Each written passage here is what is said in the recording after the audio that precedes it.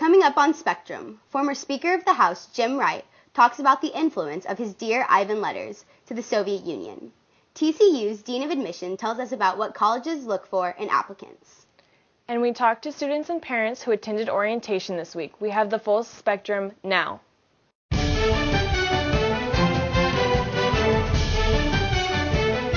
From the Schieffer School of Journalism, this is Spectrum. Hi, and welcome to Spectrum. I'm Emiley Crittenden. And I'm Julia Zakrzewski. Incoming students and their parents finish up a 2-day orientation session at TCU with the Essential Fair Thursday. We asked students what they're looking forward to in their first year. Elise Coleman reports. At the end of the day, incoming first-year student Jacob Warfelt is pleased with his experience at TCU first-year orientation. It's been really nice. I've met a lot of new people, just learned a lot, got my schedule and all that. It's a nice experience. For incoming first-year students, orientation helps students learn more about college life and gives them the opportunity to reaffirm their choice to attend TCU. Campus is really beautiful. It's really close to my home, and they have a lot of the stuff that I like, the major that I really wanted to do. They have a really good program for it, and they have a lot of stuff for after whenever you finish. They have a lot of opportunities for internships and life after college. So, while students learned about campus life and organized their schedules, family members were given their own orientation sessions.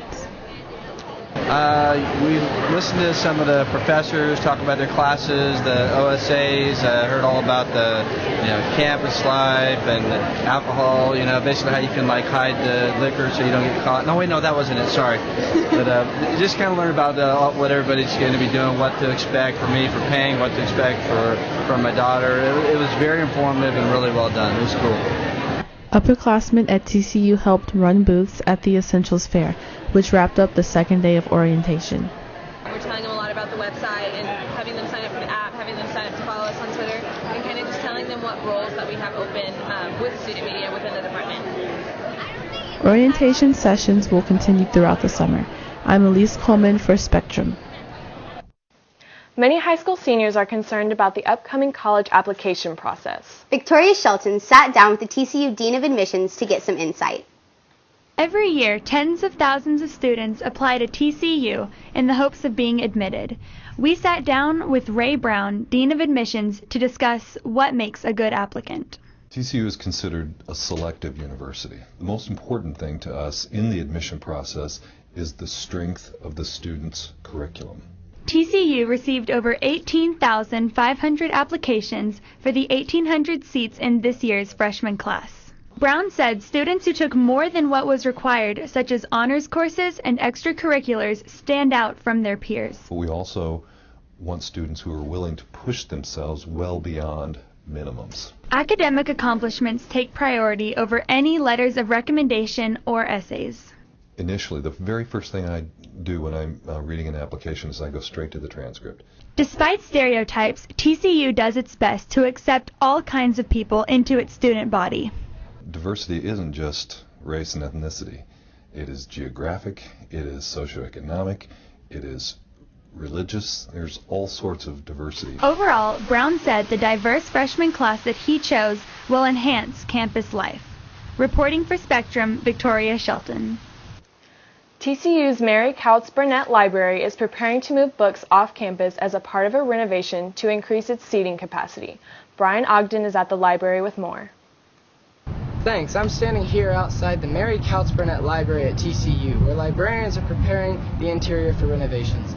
They'll be moving about half the library's print collection off-site to make room for new seating. We spoke with the library's Director of Administrative Services, and he said that while some may see the library as becoming obsolete, he actually sees students getting more use out of it now than they did before. We're also seeing that students work, as well as professors, are assigning collaborative ways of working. And so that's the types of spaces we're starting to grow more and more of. We said, we really need to develop some collaborative computing spaces.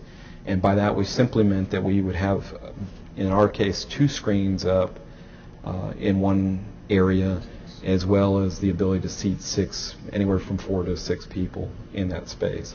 And our lab, with the computing that we had set up in there really didn't allow for that. We had purposely put as many computers as we could into as small a space as we could. While the books may no longer be housed here at the library, students can still access the print collection. All they have to do is go online to the online catalog and submit a request, and the new courier service will return the book on their next trip. The library's goal is to double their seating capacity to 20% of the student population here at TCU. Reporting from the library, I'm Brian Ogden for Spectrum. Former Speaker of the House and TCU faculty member Jim Wright spent 34 years in politics. We talked to him about his work with the Soviet Union. Former Speaker of the House Jim Wright played a significant role in easing tension between the United States and Soviet Union. His 34 years in politics took place during the roughest moments of the Cold War. It was a tense situation because we didn't trust them and they didn't trust us.